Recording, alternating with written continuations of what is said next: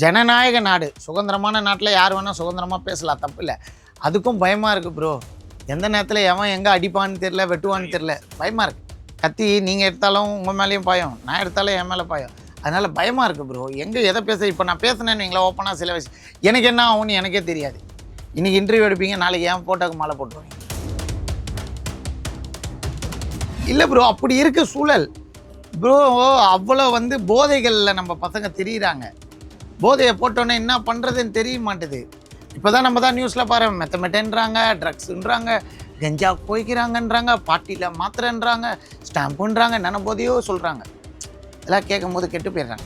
இன்ஸ்டாகிராமே வாழ்க்கையாக வச்சுருக்கிறது எனக்கு பிடிக்கல. சாப்பிட்டுட்டு அங்கே ப்ரொமோஷன் வீடியோ போடுறது, கேமராக்களில் போய்ட்டு ஓசியில் கேமரா வாங்கிட்டு வீடியோ போட்டு இங்கே வாங்கிக்கோங்க கேமரான்றது. நான் இங்கே டூரிஸ்ட்டு போனேன், ரூம் போட்டேன், கப்புள்ஸ் வாங்க, கப்புள்ஸ் இல்லாமல் கூட வாங்க அப்படின்ட்டு இங்கே 999க்கு ரூம் கிடைக்குதுன்றது.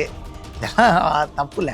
சின்ன பசங்களாம் ரீல்ஸ் பார்க்குது, ஏதோ வருது, ஆடலும் போட்டுன்னு துணியை போட்டுன்னு ஆடுது, டமந்து டுமுண்டு மேலே ஆடுது, கீழே ஆடுறேன், ஒன்றுமே புரியல.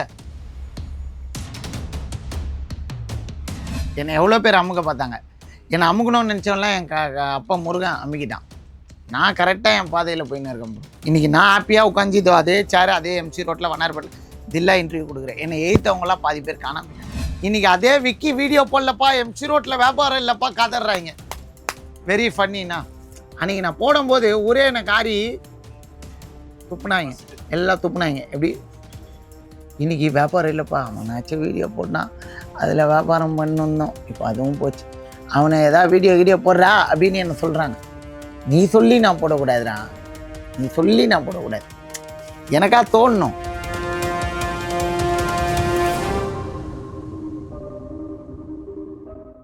இப்போ இந்த ரீசெண்டாக பரிதாபங்கள் சேனலில் கோபி சுதாகர் அவங்க சோஷியல் பாவங்கள்னு ஒரு வீடியோ போட்டிருந்தாங்க. ரொம்ப நல்லா இருந்துச்சு. இங்கே சமூகத்தில் நடக்கக்கூடிய ஒரு சில அநீதிகளை எதிர்த்து போட்டிருந்தாங்க. பட் ப்ரோ, சமூகத்தில் நடக்கிறது எல்லாமே கரெக்டே தப்புன்னு நம்ம சொல்லக்கூடிய இடத்துல இருக்கிறோமான்னு தெரில. ஆனால் ஜனநாயக நாடு, சுதந்திரமான நாட்டில் யார் வேணால் சுதந்திரமாக பேசலாம், தப்பு இல்லை. அதுக்கும் பயமாக இருக்குது ப்ரோ. எந்த நேரத்தில் எவன் எங்கே அடிப்பான்னு தெரில, வெட்டுவான்னு தெரில, பயமாக இருக்குது. கத்தி நீங்கள் எடுத்தாலும் உங்கள் மேலேயும் பாயம், நான் எடுத்தாலும் என் மேலே பாயம். அதனால் பயமாக இருக்குது ப்ரோ. எங்கே எதை பேச இப்போ நான் பேசுனேன்னு எங்களை ஓப்பனாக சில விஷயம் எனக்கு என்ன ஆகும்னு எனக்கே தெரியாது. இன்றைக்கி இன்டர்வியூ எடுப்பீங்க, நாளைக்கு என் போட்டோக்கு மாலை போட்டுருவீங்க. கரெக்டாக இல்லை ப்ரோ, அப்படி இருக்குது சூழல் ப்ரோ. அவ்வளோ போதைகளில் நம்ம பசங்க தெரியுறாங்க. போதையை போட்டோன்னே என்ன பண்ணுறதுன்னு தெரிய மாட்டுது. இப்போ தான் நம்ம தான் நியூஸில் பாரு, மெத்தமெட்டேன்றாங்க, ட்ரக்ஸுன்றாங்க, கஞ்சா கோய்க்கிறாங்கன்றாங்க, பாட்டியில் மாத்திரன்றாங்க, ஸ்டாம்புன்றாங்க, என்னென்ன போதையோ சொல்கிறாங்க. இதெல்லாம் கேட்கும் போது கெட்டு போயிடுறாங்க. இந்த அளவுக்கு யங்ஸ்டர்ஸ் எல்லாம் மோசமானதுக்கு என்ன காரணம்? ஏன்னா இப்போ எப்போவுமே ஏதாவது ஒரு பெரிய தப்பு நடந்துச்சுன்னா வடசென்னை மக்கள் தான் அப்படின்ட்டு ஒரு பிராண்டு வெளிப்படையாக குத்தப்படுது.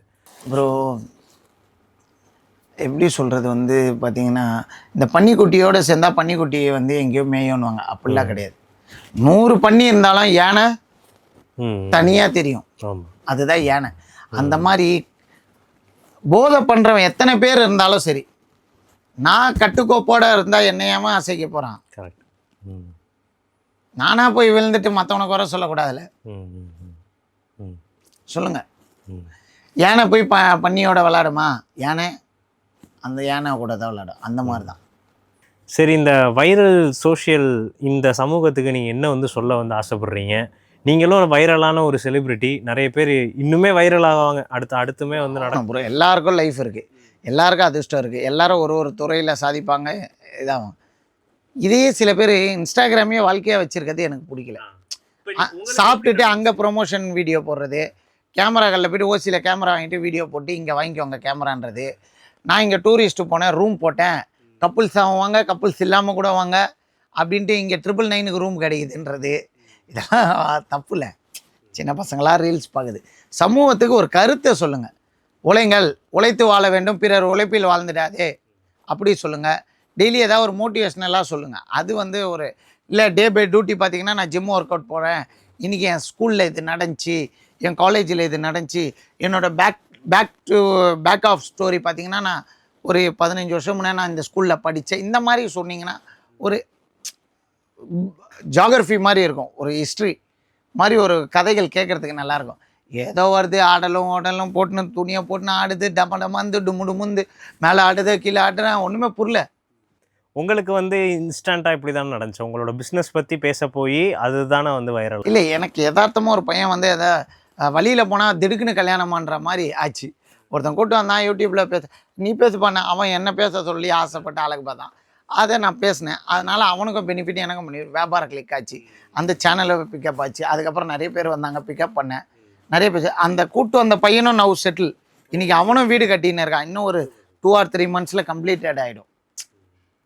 அவனும் என்னால் வச்சு அவனும் சம்பாரித்து செட்டில் ஆகிட்டான். Is also married. One girl baby அவனுக்கும் இருக்குது. அவனும் செட்டிலு, நம்மளும் செட்டிலு. அதுதான், நம்மளும் வாழணும், நம்ம கூட இருக்கிறவங்களையும் நம்மளே வாழ வைக்கணும். வாழ விடு, தலை சிம்பிள். எப்பயுமே ஒன்லைன் வேர்டு தான். தலை தான், நம்ம எங்கே போனாலும் சுற்றி வலிச்சு தலையில் தான் முடிப்போம். வாழ விடு, இதுதான் எங்கள் கொள்கை. என்னை எவ்வளோ பேர் அமுக பார்த்தாங்க. என்னை அமுக்கணும்னு நினச்சவன்லாம் என் அப்பா முருகன் அமுக்கிட்டான்.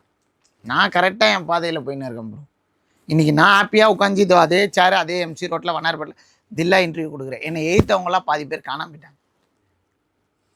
எய்த்தவங்க பாதி பேர் இன்றைக்கி எனக்கே நண்பன் ஆகிடுறாங்க. அதுதான் விஜய் சேதுபதி சொல்லுவார், எவனையும் டப்புன்னு எத்தம் கௌத்தனும் கோவமாக பேசிடாத. இன்றைக்கி கோவப்பட்டு நம்ம திட்டுருவோம், 5 வருஷம் கழிச்சு நம்ம நண்பனாக இருப்பான். இன்றைக்கி நண்பன் எதிரியாக இருக்கிறவன் நாளைக்கு நண்பன் ஆகிடுவான், நண்பனாக இருக்கிறவன் எதிரி ஆகிடுவான். மாற்றி அந்த மாதிரி தான் ஆகிட்டாங்க. அன்றைக்கி எதிர்த்தாங்க. இன்றைக்கி அதே விக்கி வீடியோ போடலப்பா, MC ரோட்டில் வியாபாரம் இல்லைப்பா கதறாங்க. வெரி ஃபன்னிண்ணா. அன்றைக்கி நான் போடும்போது ஒரே எனக்கு காரி துப்புனாங்க. ஃபஸ்ட்டு போடுறப்ப இங்கே பக்கத்தில் இருக்கிறவங்கலாம் எல்லாம் துப்புனாங்க. எப்படி இன்றைக்கி வியாபாரம் இல்லைப்பா, அவனாச்சும் வீடியோ போட்டான், அதில் வியாபாரம் பண்ணணும். இப்போ அதுவும் போச்சு. அவனை ஏதாவது வீடியோ போடுறா அப்படின்னு என்ன சொல்கிறாங்க. நீ சொல்லி நான் போடக்கூடாதுடா, நீ சொல்லி நான் போடக்கூடாது. எனக்காக தோணணும், நானாக தோணணும், என் பசங்களுக்கு எதனா செய்யணும்னு தோணணும். அப்போ யாரைங்க அடிக்கிறேன்? கரெக்டாக ப்ரோ?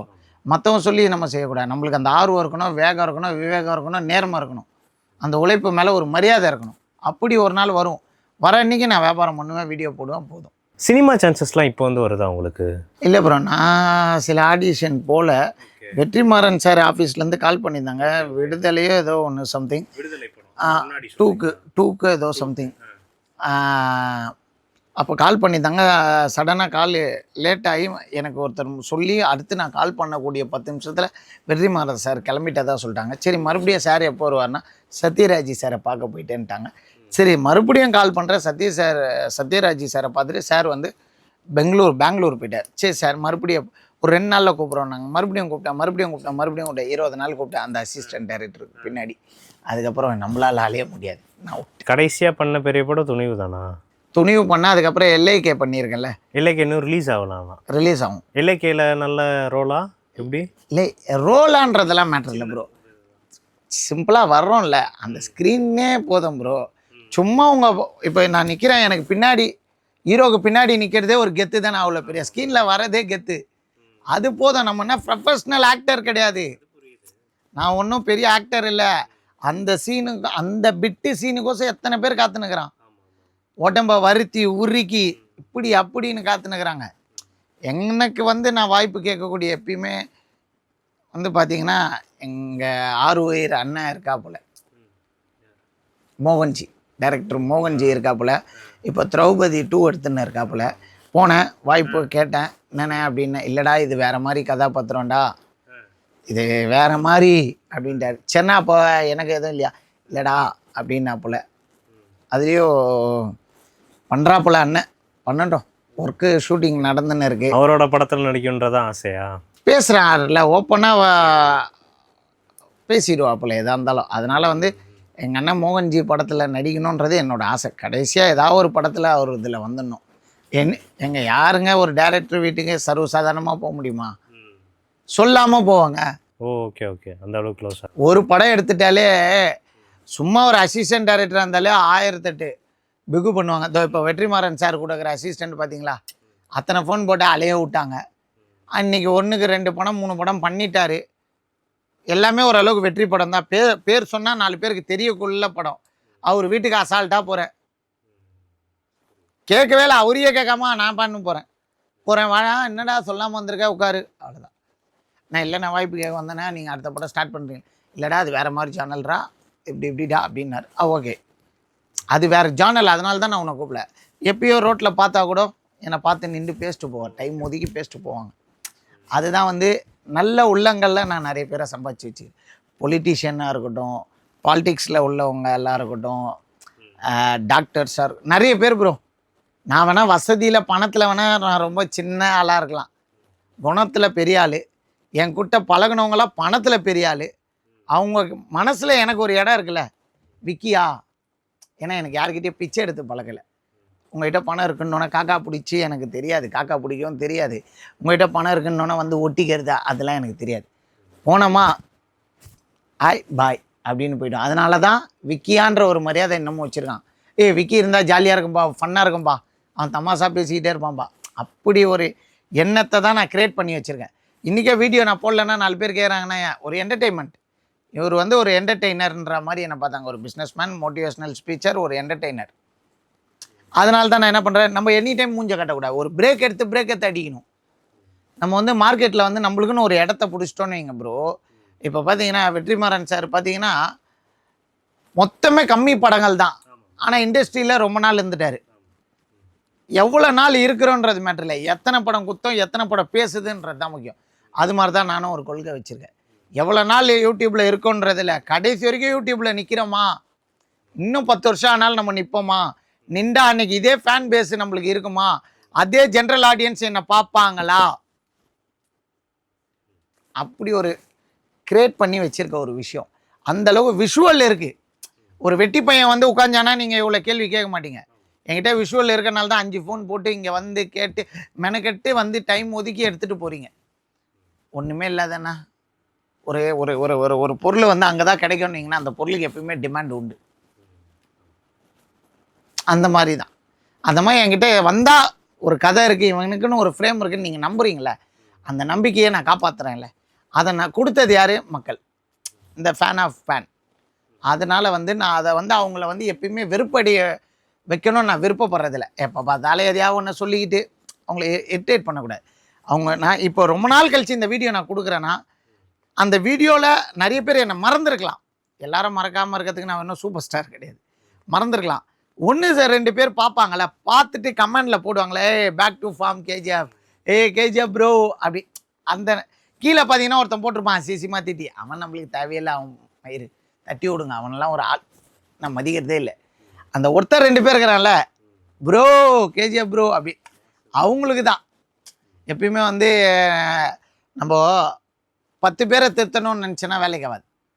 ஒருத்தருக்கானா அந்த ஒருத்தனை திருத்திட்டாலே அந்த 9 பேரை சேர்ந்து திருத்திடுவாங்க. அதனால் வந்து அசிங்கமாக திட்டுற 50 பேரை நான் பார்க்கக்கூடாது. பாராட்டுற 2 பேர் தான் எனக்கு வேணும். அதுதான் அதை கொள்கை நான் வச்சுருக்கனால தான் இன்றைக்கும் சந்தோஷமாக இருக்கேன். ஸோ நீங்கள் வைரலான அந்த மொமெண்ட்லேருந்து இப்போ வரைக்கும் உங்களுக்கு ஒரு பிளான் இருக்குது, இப்படி தான் நம்மளை வந்து ப்ரொஜெக்ட் பண்ணிக்கணும் அப்படின்றதுலே தெளிவாக வந்து. இல்லை ப்ரோ, ரோடு போட்டு தான் நடப்பாங்கன்னுவாங்களே, கோடு போட்டு தான் ரோடு போடணும். அந்த மாதிரி வந்து பார்த்திங்கன்னா ரோடு போட்டு தான் நான் நடக்கிறேன். ப்ரீ பிளானே கிடையாது ப்ரோ. வாழ்க்கை எப்படி போதோ அப்படி போகணுன்னு நான் இது வரைக்கும் வச்சதில்லை. எனக்கு விவரம் தெரிஞ்ச நாள்லேயே நான் முடிவு பண்ணேன், சொந்த வீடு கட்டுவேன், நான் இருந்த ஏரியாலே கட்டுவேன். எப்படி கட்டுவேன், எது கட்டுவேன்னு தெரியாது, ஆனால் அந்த நம்பிக்கை இருந்துச்சு. ஏதோ ஒன்று கடவுளாக பார்த்து ஒரு அதிர்ஷ்டம் கொடுத்தான், கட்டினேன், கல்யாணம் பண்ணேன். நான் எல்லோரும் தான் கல்யாணம் பண்ண போகிறாங்க, ஆனால் இந்த வயசில் தான் கல்யாணம் பண்ணணுன்னு பண்ணேன். ஏதோ லவ் பண்ணேன், 23 வயசில் கல்யாணம் பண்ணேன், அப்புறம் கஷ்டப்பட்டேன்னு இல்லை, முடித்தேன், சாதித்தேன், கல்யாணம் பண்ணேன். அப்படி இருக்கணும். இன்றைக்கி பீஸாக போதில்ல ப்ரோ, இன்றைக்கி ஒன்றுமே இல்லை. இன்றைக்கி வந்து என் பொண்ணு கேட்டதை என்னால் வாங்கி தர முடியும். நான் பாட்டுன்னு அவசரமாக காலேஜை முடிச்ச கையோட வேலையை வாங்கிக்கின்னு கல்யாணத்தை பண்ணின்னு லவ்வோ பண்ணின்னு கஷ்டப்பட்டுருந்தேன்னா, கல்யாணம் இஸ் அ லைஃப்பில் ஒரு பெரிய இம்பார்ட்டன்ட். ஆனால் அதே நேரத்தில் அதை விட கல்யாணத்தை விட பெரிய இம்பார்ட்டன்ட் எது? மணி. சில ப்ரோக்ராம்லேயே பார்த்தீங்கன்னா தப்பாக சொல்லிடுறாங்க, அது எனக்கு பிடிக்கல. கல்யாணம் பண்ணிக்கோங்க, கஷ்டம் வரதா செய்யும், கஷ்டத்தோட கஷ்டமாக கடந்து போயிடுங்க. வாழ்க்கை கடந்து போக முடியாது, 2 பேரும் தனித்தனியாக கடந்து போயிடுவாங்க. நான் உன்னை நம்பி வந்தேன், கெட்டு போனேன், நீ என்ன நம்பி வந்த, கெட்டு போனேன், நான் உன்னால் கெட்டேன், நீ என்னால் கெட்டேன்னு 2 பேராக போய் கோர்ட்டில் நிற்பாங்க. That is not life. ஒரு சேவிங்ஸ் இருக்கணும், பிளான் இருக்கணும். நம்மளை நம்பி ஒருத்தவங்க வர போகிறாங்கன்னா அவங்கள ப்ரொடெக்டிவாக பார்த்துக்கணும். அதுக்கப்புறம் ஒரு பேபி வந்தால் அதுக்கு ப்ரொடெக்டிவாக செய்ய வேண்டிய கடமைகள்னு இருக்குது. ஆஸ் அ ஃபாதராக செய்ய வேண்டிய கடமைகள்னு இருக்குல்ல, அவங்களுக்கு எக்ஸ்பென்சிவ் பொருள் வாங்கி தரது மேட்டர் இல்லை. இந்த சொசைட்டியில் நல்ல 3 வேளை சாப்பாடு, உடுத்துறதுக்கு 2 வேளை துணி, அவங்களுக்கு நல்ல ஒரு கல்வி, இதை செய்தாலே ஆக சிறந்த தகப்பனா எல்லாருமே ஆயிடலாம் வாழ்க்கையில். எங்கள் அப்பா ஆட்டோ ஓட்டும் போது கூட எனக்கு நல்ல படிப்பு கொடுத்தாரு. அவரால் நல்ல துணிமணி எடுத்து கொடுக்க முடிஞ்சோ இல்லையா எனக்கு தெரியாது. ஆனால் எங்கள் அப்பா என்னை நல்லா தான் படிக்க வச்சார். கான்வென்ட்டில் தான் நான் படித்த ஸ்கூலில் இங்கே பெரிய டாப்பஸ்ட் ஸ்கூல். ஆனால் my bad time God's writing that என் தலையெழுத்து வரல. நான் என்ன பண்ணுறேன், ஓப்பனாக போய் சொல்லிட்டேன். வரலன்னமோ எங்கள் அப்பாட்ட நான் சொல்கிறது தப்பு இல்லைல்ல, வரலப்பா ஏதாவது ஒன்று கற்றுக்குறேன்ப்பா. எங்கள் அப்பா என்ன பண்ணா, கார் லைசன்ஸ் போட்டு கொடுத்தாரு. வண்டி கிண்டி டிரைவராக ஏதாவது பழிச்சுப்பான்ட்டு அதுவும் உதவுச்சு. அப்படியே துணி தொழிலை கற்றுக்கினேன், வேலைக்கு போனேன். அப்படியே என்ன நான் தான் வளர்த்துக்கணும்னு தெரிஞ்சிச்சு. படித்தவன் இந்த ஆஃபீஸ் இல்லைனா இன்னொரு ஆஃபீஸ் போய் பழிச்சுப்பான். படிக்காதவனாச்சே, அப்போ 10 தொழில் கற்று வச்சுருந்தா தானே பிழைக்க முடியும்னு வந்தேன். அந்த 10 தொழிலில் இது ஒரு தொழில் கற்றுக்கினேன். இது என்னை காப்பாற்றுச்சு. அதுக்கு நான் இன்னைய வரைக்கும் நன்றி விசுவாசத்தோடு இருக்கிறேன் இந்த தொழிலுக்கு. அதனால தான் நான் இன்றைக்கும் பொண்ணும் பொருளும் செழிப்பாக இருக்கிறேன்னா காரணம் இந்த தொழில் தான் என்னை வாழ வைக்குது. இது மேலே ஒரு தூசி பட்டாலும் என் மேலே பட்டாமல் நான் இன்றைக்கும் பாதுகாக்கிறேன். வாய் வார்த்தையாக சொல்ல, எவன் உண்மையாக நேசித்து அந்த தொழிலை பண்ணுறானோ, அது மேலே ஒரு துரும்பு இல்லாத அளவுக்கு பார்த்துக்கிறானோ, அந்த தொழில் தான் உங்களை உயர்த்தும். வேறு எந்த தொழிலும் உங்களை உயர்த்தாது. எது ஆனால் இருக்கணும், அதை நம்ம நேசித்து உண்மையாக அதை கடமையாக செய்யக்கூடாது, ஒரு சந்தோஷமாக செய். கண்டிப்பாக ஒரு 10 வருஷ காலத்தில் நீ முன்னாடி நிற்ப. எவ்வளோ பெரிய ஆளாக இருந்தாலும் பாருங்கள், ஒரு சக்ஸஸ்ஃபுல் லைஃபுக்கு பார்த்திங்கன்னா ஒரு பீரியட் இருக்கும், 10 வருஷம் இருக்கும். அந்த 10 வருஷம் இருந்தால் தான் அதில் ஜெயிக்க முடியும், யாராக இருந்தாலுமே. எப்பயுமே நான் ஏதோ பேசுகிறேன், ஆனால் பேசுகிறது எல்லாமே ஓரளவுக்கு கரெக்டாக இருக்கும்னு நினைக்கிறேன். ஆனால் மன்னிச்சிருங்க, எதாவது தப்பாக பேசியிருந்தா மன்னிச்சிருங்க. லைக் பண்ணுங்கள், ஷேர் பண்ணுங்கள், கமெண்ட் பண்ணுங்கள், சப்ஸ்கிரைப் பண்ணுங்கள். எப்பயுமே என்னை பாராட்டிக்கிட்டே இருக்காதீங்க. நீங்கள் பாராட்டியிருந்தால் நான் இவ்வளோ தளவு வளர்ந்துருக்க மாட்டேன். எப்பயுமே கடைசி வரைக்கும் என்ன திட்டிக்கிட்டே இருங்க, கமெண்டில் கழுவி ஊற்றிக்கிட்டே இருங்க. பாய்.